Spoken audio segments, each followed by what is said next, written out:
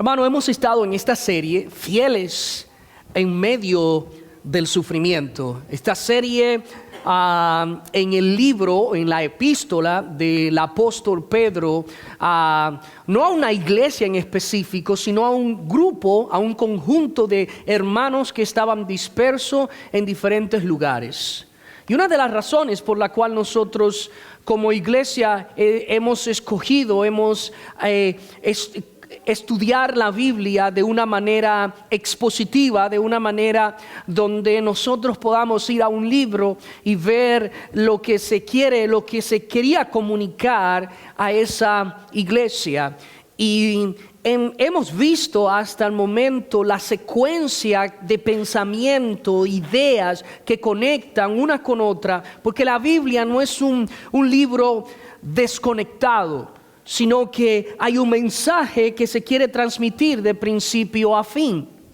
Y eso es lo que nosotros vemos. En el primer capítulo de este libro, de esta carta escrita por el apóstol Pedro, vemos cómo comienza a hablar que la salvación, Dios nos salvó, nos ha dado una nueva esperanza, una nueva herencia en Cristo Jesús, una preciosa salvación. Eso lo vemos en los versículos 1 al 12 del capítulo 1. Luego en los versículos 13 al 21, vemos cómo Pedro dice que preparen su mente para tener una mente lista para pensar con sobriedad, viviendo una vida en santificación y en un temor reverente a Dios. Luego siguen los versículos, después que hemos recibido esta salvación, él habla en los versículos 22 al 25, cómo nosotros debemos purificar nuestros corazones, amar a nuestros hermanos de una manera genuina, de ese nuevo nacimiento que hemos tenido, y cómo la palabra de Dios debe siempre permanecer en nuestros corazones. Como la palabra de Dios habla de la eternidad de la palabra del Señor. Ahora, al llegar al capítulo 2, nosotros tenemos la idea de Pedro comunicar esto. Si realmente nosotros hemos nacido de nuevo, si realmente Dios nos ha transformado por medio de su palabra, si hemos creído en ese evangelio, nuestras actitudes deben cambiar. La forma en que nos relacionamos uno con otros debe cambiar. Y es por eso que en esta mañana yo quiero que nosotros veamos en este pasaje cómo se construye una iglesia saludable. Cómo nosotros podemos ser parte de la construcción el crecimiento de una iglesia que tiene a Dios como el centro de su vida. Vean los versículos del capítulo 2, versículo 1 al 3 de Primera de Pedro. Leo estos versículos. Dice: desechando pues toda malicia, todo engaño, hipocresía, envidias y todas las distracciones, desead como niños recién nacidos la leche espiritual no adulterada, para que por ella crezcáis para salvación, si es que habéis gustado la benignidad del Señor. Hay tres cosas que yo quiero veamos en este pasaje, que juntos podamos desglosar la idea de estos versículos. En muchas ocasiones yo he predicado de estos versículos, pero cada vez que me encuentro con este pasaje, hay algo diferente, no en la interpretación, sino de lo que Dios quiere comunicarnos. Y hay algo nuevo siempre que aprender de este pasaje. Y si se fijan, una forma de entender este pasaje es que el primer versículo nos está hablando de una lista de actitudes, una lista de pecados que nosotros debemos evitar. En primer lugar, para crecer en una iglesia saludable, nosotros vamos a evitar los pecados que destruyen la unidad. ¿Cómo crecemos? ¿Cómo nosotros construimos una iglesia saludable? Evitando los pecados que destruyen la coinonía, la unidad entre nosotros en el cuerpo de Cristo. Fíjese que hay una lista de pecados y en primer lugar él habla de la malicia. Y quiero ilustrarlo, quiero que podemos entender esto de la mejor manera. Ninguna ilustración es perfecta, pero esto nos puede ayudar cómo ciertos pecados pueden contaminar, pueden dañar la armonía del cuerpo de Cristo en la iglesia. Y espero no hacer un desorden aquí, pero si hago un desorden hay un grupo de hermanos que pueden limpiarlo. Pero imagínate que esta agua que tenemos aquí representa la iglesia de Cristo y cómo nosotros debemos presentar. Dios quiere presentar la iglesia de Cristo de una manera perfecta delante de Dios.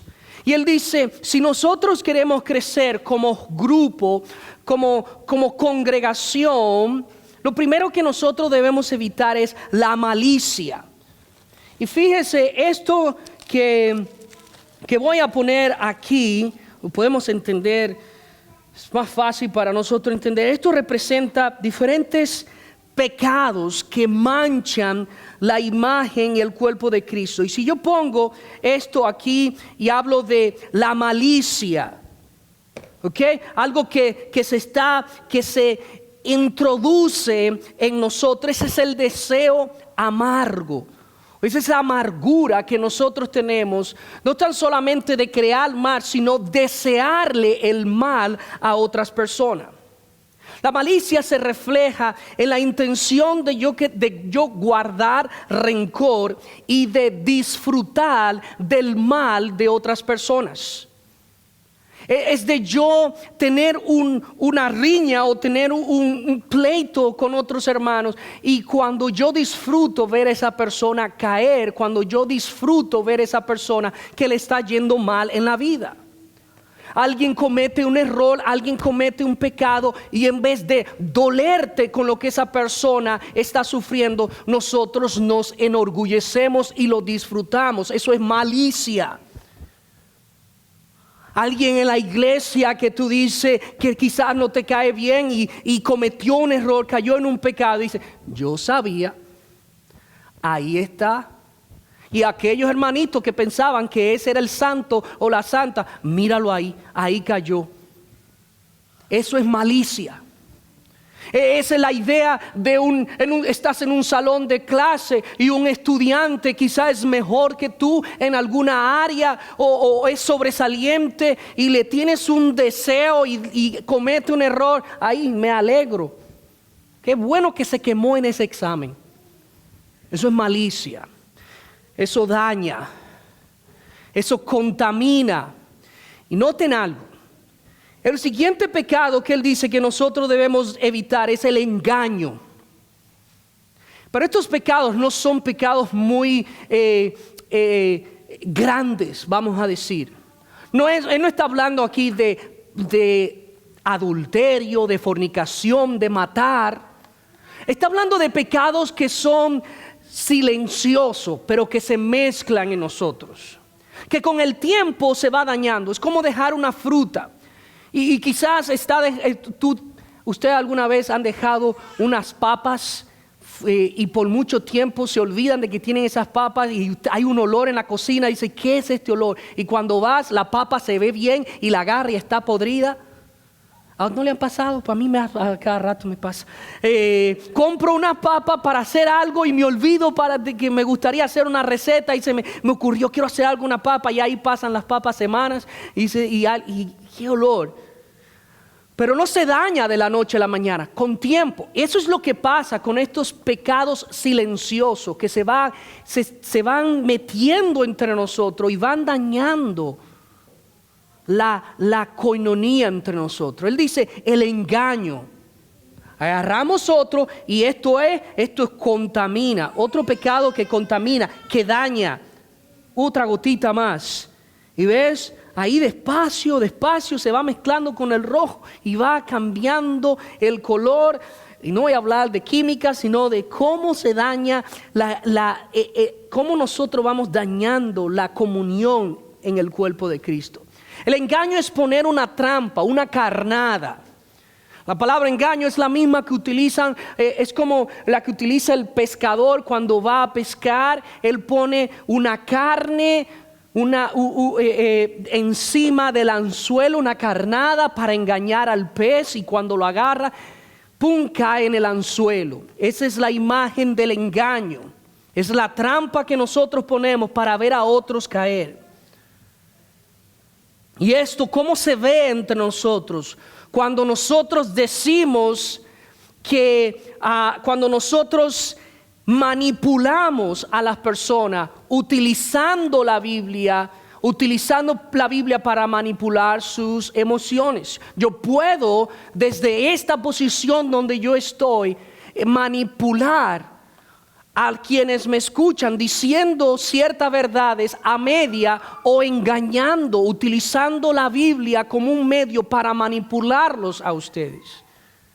Yo puedo utilizar la Biblia como un punto para yo enriquecerme y decir que nosotros tenemos necesidades cuando quizás no la tenemos.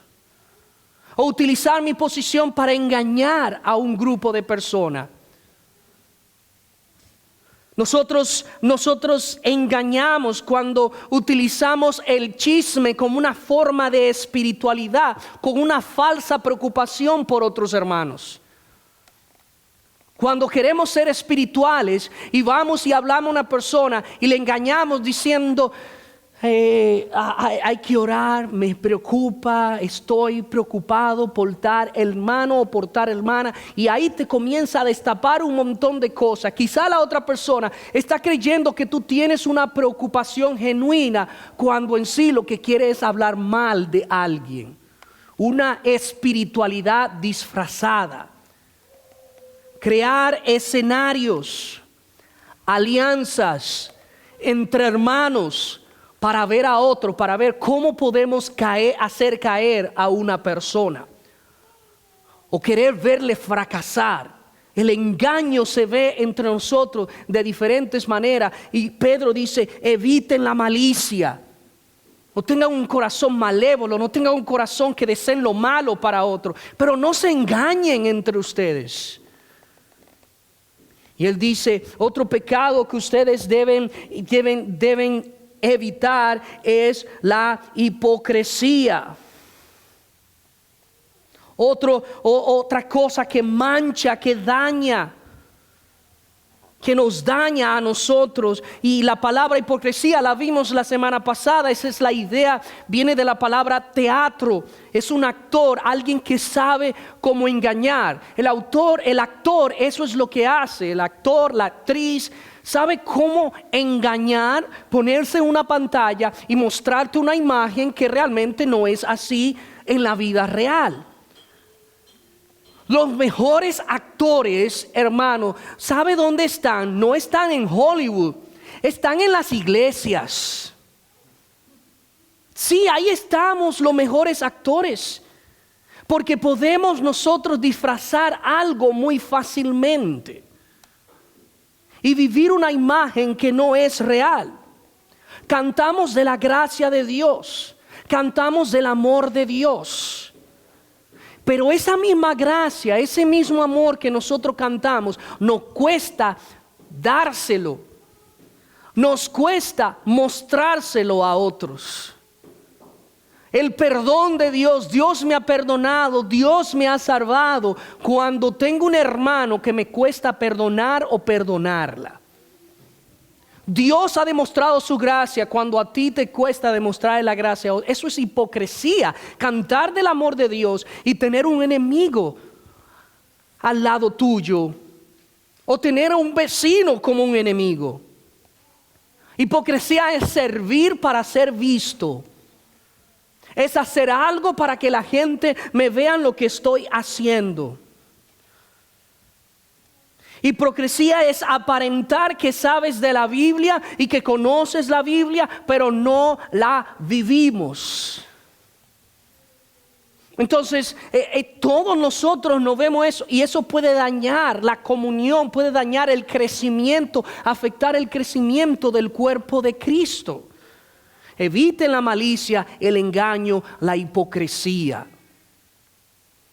Hipocresía es darle el abrazo amoroso a ese hermano, subirte al auto y decirle a tu esposo o a tu esposa: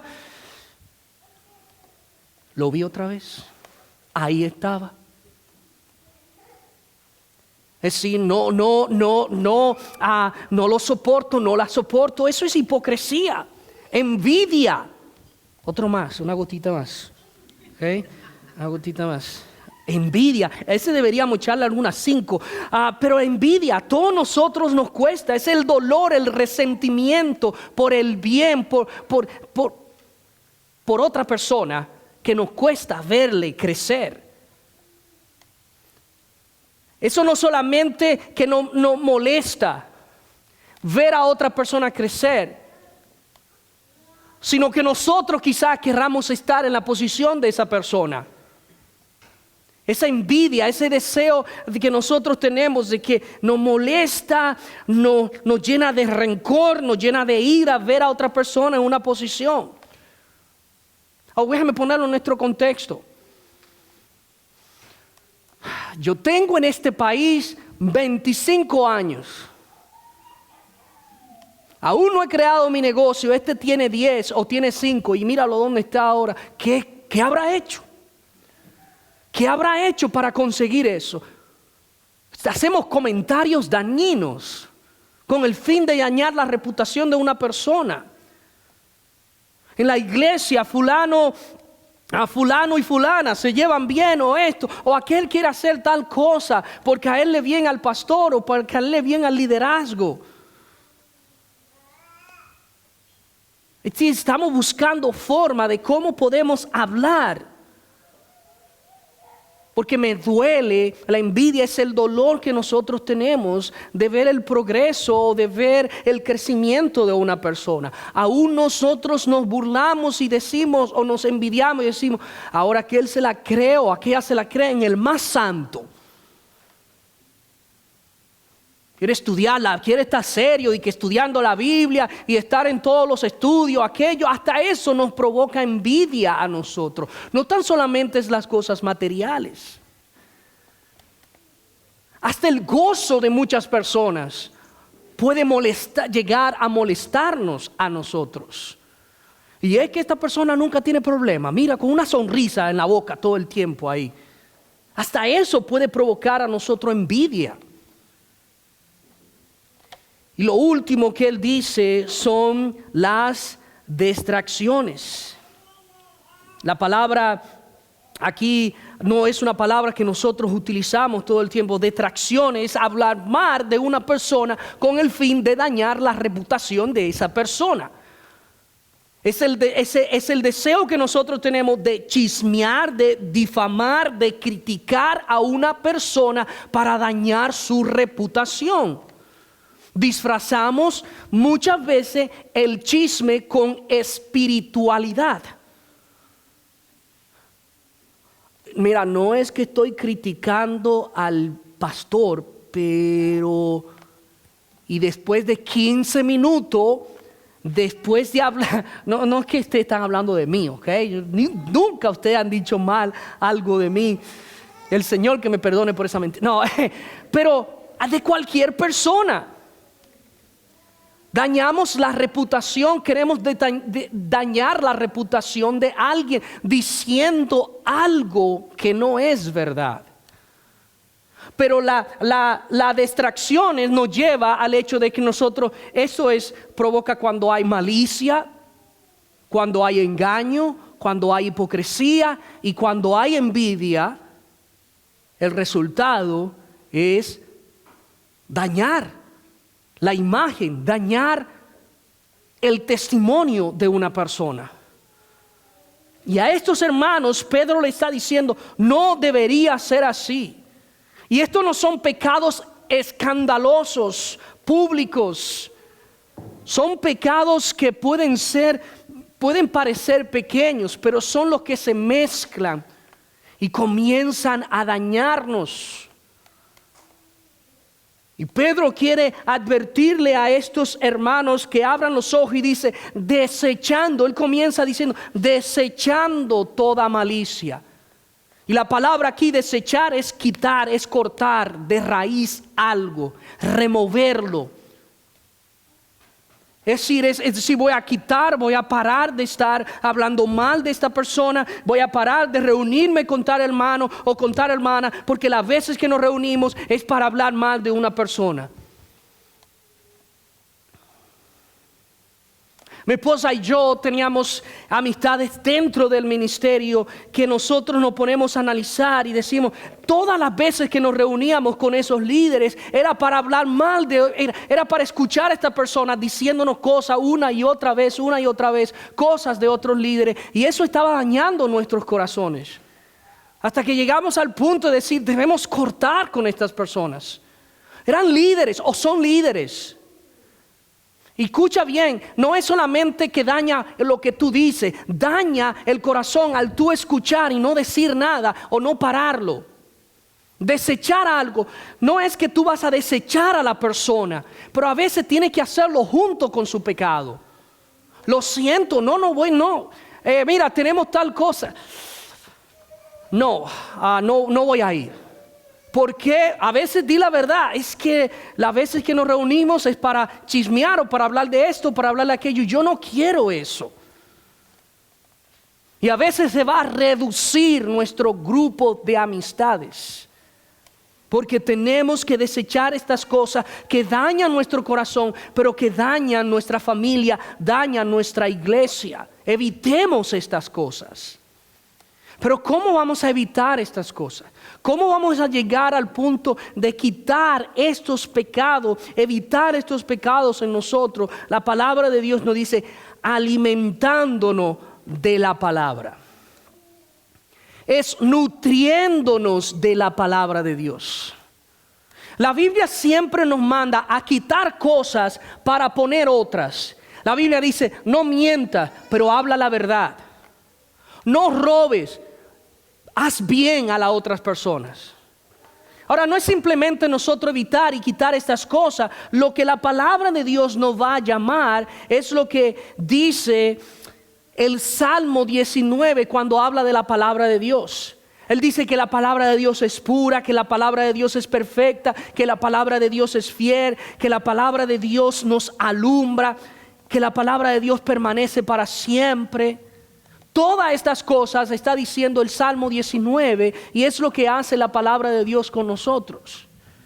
Ahora fíjese en esto y ahora espero que funcione. A veces cuando yo tengo ilustraciones, los muchachos me ven en la casa como loco experimentando a ver si funciona. Pero la idea de esto es que la palabra de Dios debemos llegar al punto de desearla, nutriéndonos, llenándonos para que salgan estas cosas malas. Espero no mancharme el pantalón. Ustedes me compran otro. Alguien me abre esta botella acá. Pero la idea es que va a salir y poco a poco es difícil, tarda, pero poco a poco se va limpiando, va saliendo esas cosas malas de nuestro corazón cuando nosotros nos estamos llenando de la palabra de Dios. Ya se pueden ver lo profundo que está nuestro pecado y lo sucio que está. Bueno, así somos. ¿Qué? Voy a terminar con esto, pero va cambiando el color poco a poco. La palabra de Dios nos va limpiando y esa es la idea de lo que quiere transmitir. Ya no hay más agua, pero ya ustedes tienen el concepto. ¿Ok? No me traiga más agua. Pero eso es la palabra de Dios, de algo que nos limpia, que nos purifica, que nos santifica, que nos llena de amor, no de envidia, no de odio. Lo tiro esto acá. Y las personas que nos ayudan a limpiar tienen... mire que dice el versículo 2, desear. Y la palabra desear viene como de la idea de un antojo de una mujer embarazada. No es un deseo casual. Levanten las mujeres que han estado embarazadas. No, levanten la mano las mujeres que han estado embarazadas. No, los hombres levanten la mano. No. ¿Quiénes han estado embarazadas? Si usted tiene hijos, ha estado embarazada, ¿verdad? Si no lo ha adoptado. Pero levanten las mujeres que han tenido antojos. Levanten otra vez. Mujeres que han tenido antojos. Y en el embarazo hay antojos que que las mujeres, no nosotros, que ustedes desean. Y a veces puede ser cualquier hora en la noche, y ahí el esposo, si es un buen esposo, se levanta con todo el ánimo y con todo el deseo, maneja ese auto y dice: aquí está, amor bello, las 3 de la mañana, aquí te lo presento. La idea es de eso: desear, anhelar.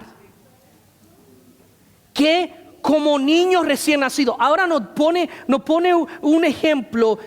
Los niños recién nacidos tienen esa particularidad que cuando ellos desean algo, quieren eso, cuando tienen hambre van a gritar, porque quieren que se satisfaga ese deseo que ellos tienen. Como niños recién nacidos, la leche espiritual. Ahora el niño desea la leche, grita por algo.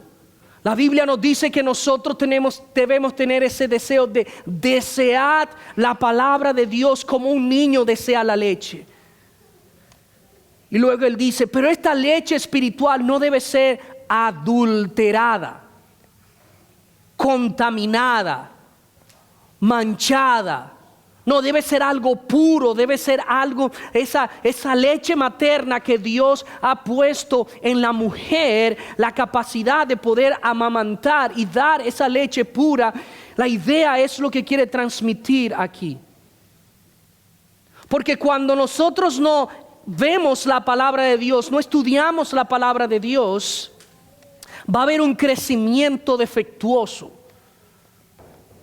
Si yo me paro aquí delante de ustedes y cada domingo comienzo a hablarle de superación personal, vamos a ser mejor persona en esto, vamos a hacer aquello, eso es palabra adulterada.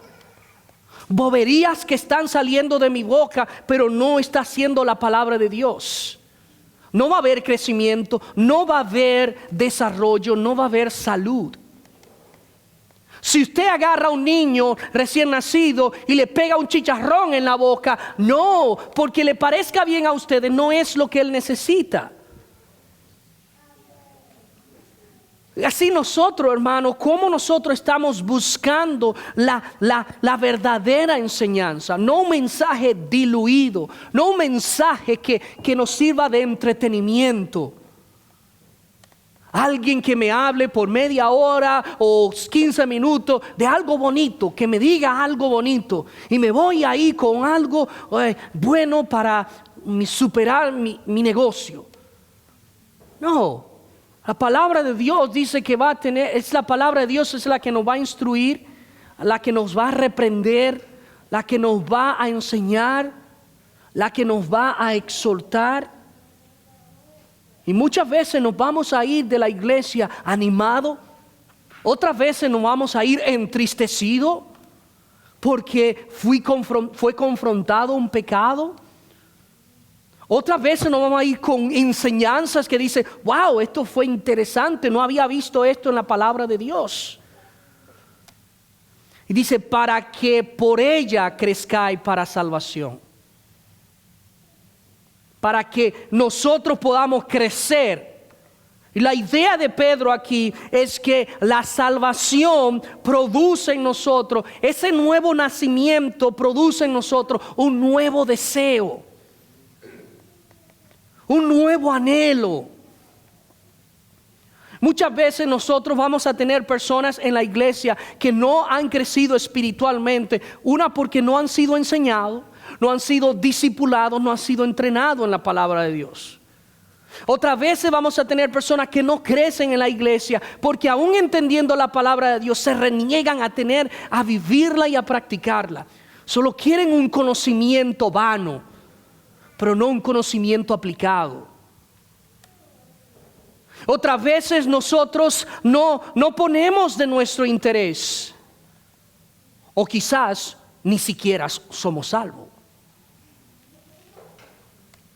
La palabra de Dios, debe haber un deseo. Si realmente nosotros hemos recibido la gracia de Dios, debe haber un deseo de nosotros buscar, desear la palabra de Dios. Es ella la que nos va a animar, la que nos va a limpiar de toda esa suciedad que muchas veces está arraigada en nuestros corazones.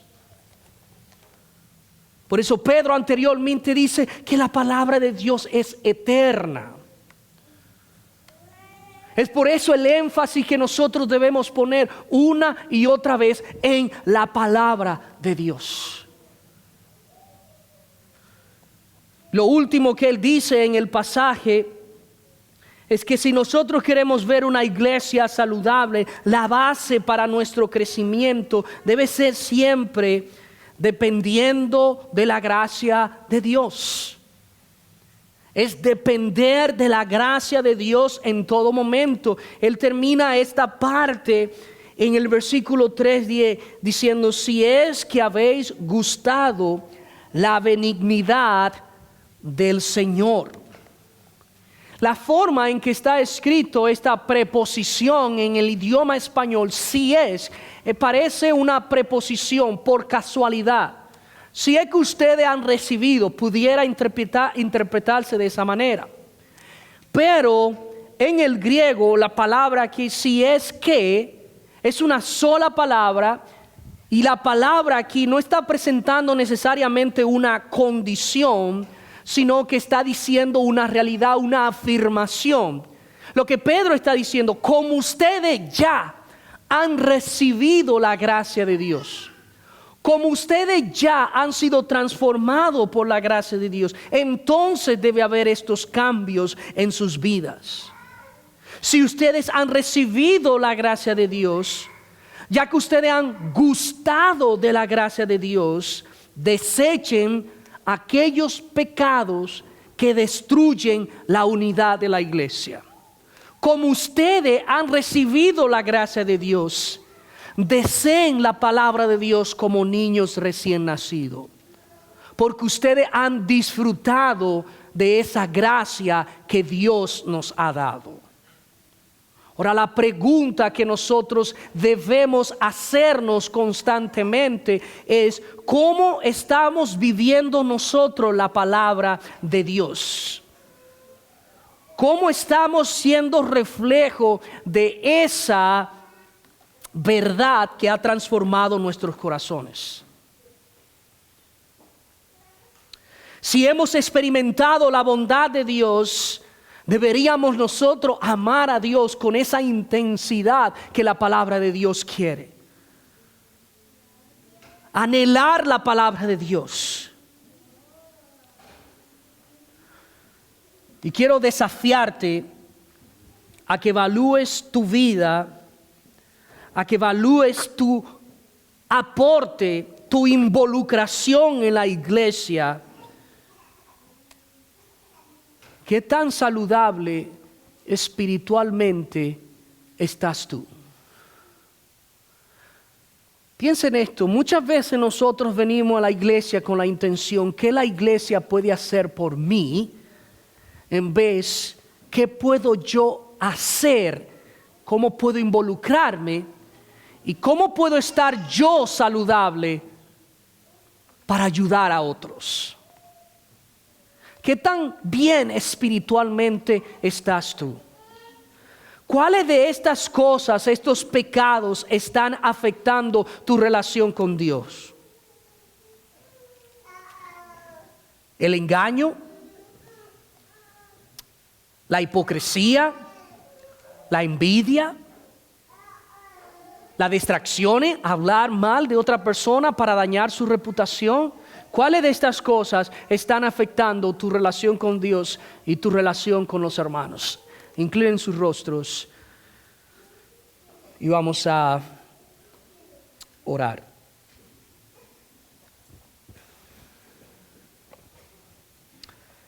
para la construcción, para el desarrollo de esta iglesia, como parte de este cuerpo, déjame preguntarte, ¿qué tanto estás involucrándote o buscando el crecimiento de tus hermanos en Cristo? ¿Y qué tanto tú estás creciendo para poder ayudar y servir a otros? Señor Jesús, tú eres al Dios que nosotros hemos confiado nuestras vidas. Eres el Dios que nos ha dotado de sabiduría. Santiago nos dice que si alguno está falto de sabiduría, pídala a Dios. Y Padre, de verdad que nosotros estamos faltos de conocimiento, de sabiduría para vivir la palabra de Dios de una manera práctica en nuestras vidas. Para buscarte, para anhelarte. Señor, que tu palabra sea siempre ese deseo, desear como niños recién nacidos a la leche espiritual no adulterada, para que por ella nosotros podamos crecer para salvación. Gracias, Señor Jesús, por salvarnos, pero que también nosotros dependamos de tu gracia todos los días de nuestra vida, para nosotros evitar, para nosotros ir quitando esas cosas, para que tu Dios vaya formando nuestro carácter a tu imagen, para ir quitando esos pecados que afectan el crecimiento personal, por el crecimiento de la iglesia también. En el nombre de Jesús. Amén.